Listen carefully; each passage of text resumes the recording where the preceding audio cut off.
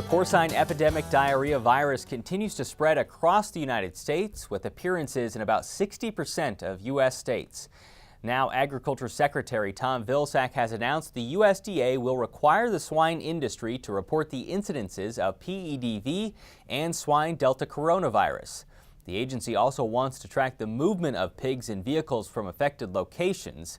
The USDA says it's working with farm loan programs to provide producers with credit options and provide assistance to researchers regarding PEDv.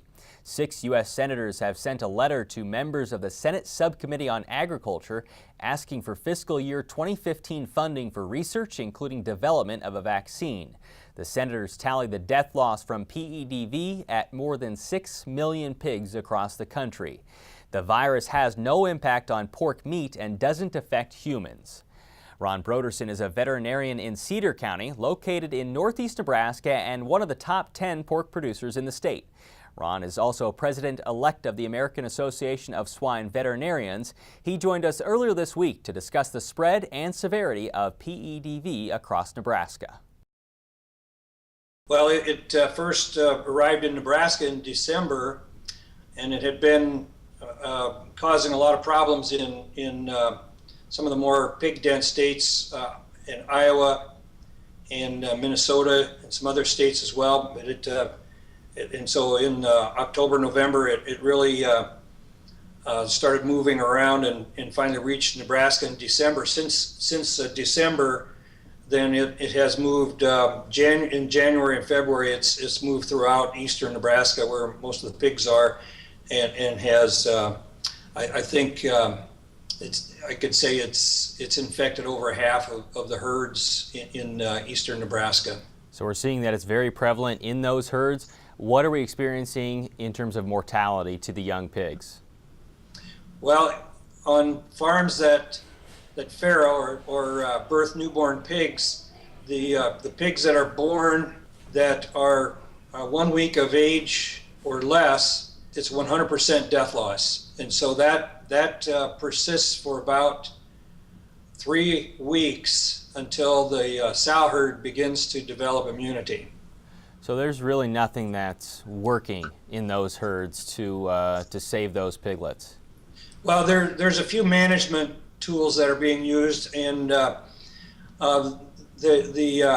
producers and veterinarians have learned that if you can wean a pig that's 1 week old or more, they can save them, because what happens is the sows become sick, so they don't eat, and so they quit milking, and the pigs starve as well as die from dehydration from the diarrhea. So if they can get the pigs weaned, and if they are old enough to begin to eat and drink water with electrolytes, they can save more of those 7 to 10 day old pigs than if they remained on their sow. Is controlled exposure a method that producers are using to spread the virus throughout their hog herd at one time? Yes, that is a tool that's used to spread the virus through the sow herd so that the sow herd can more quickly become immune to it. The sows do get sick, but it's just a 3 or 4 day event, and the sows recover spontaneously and then develop an immunity that they can pass on to their piglets, the next group of piglets that are born. If you don't have this virus on your farm, what should you be doing? There's a whole list of tools for biosecurity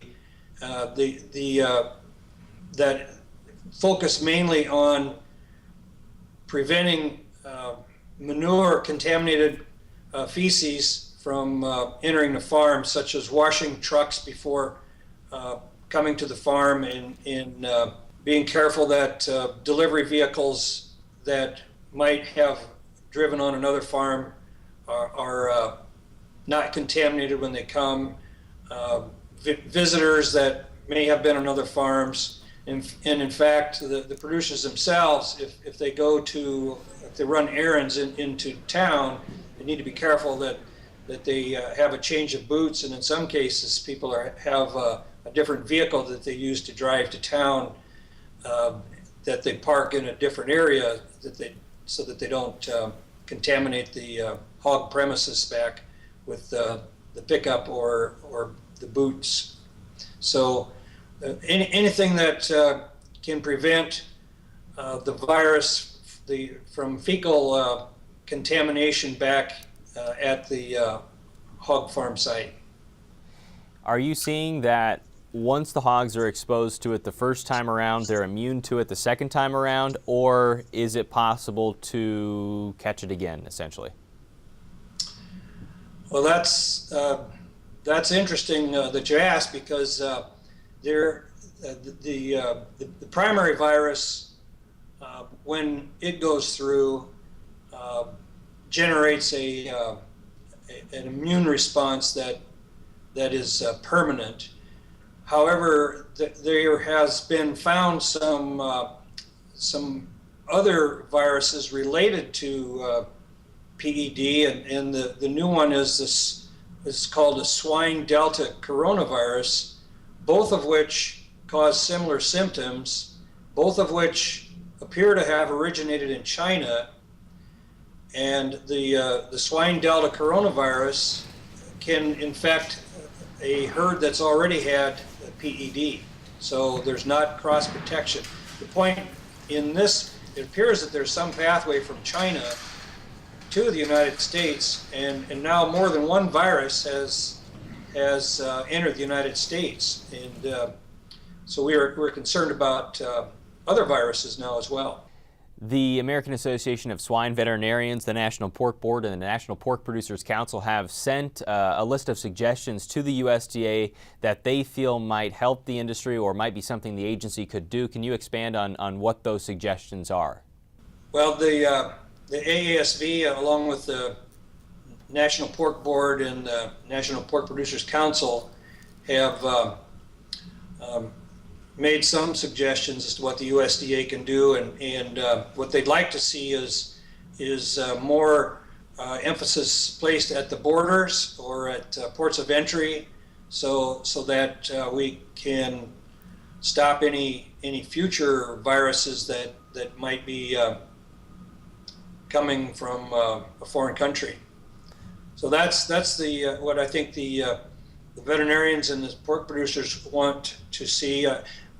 First is to do that, because I think the virus is so widespread here in the United States now that there's not a lot that can be done domestically at this point.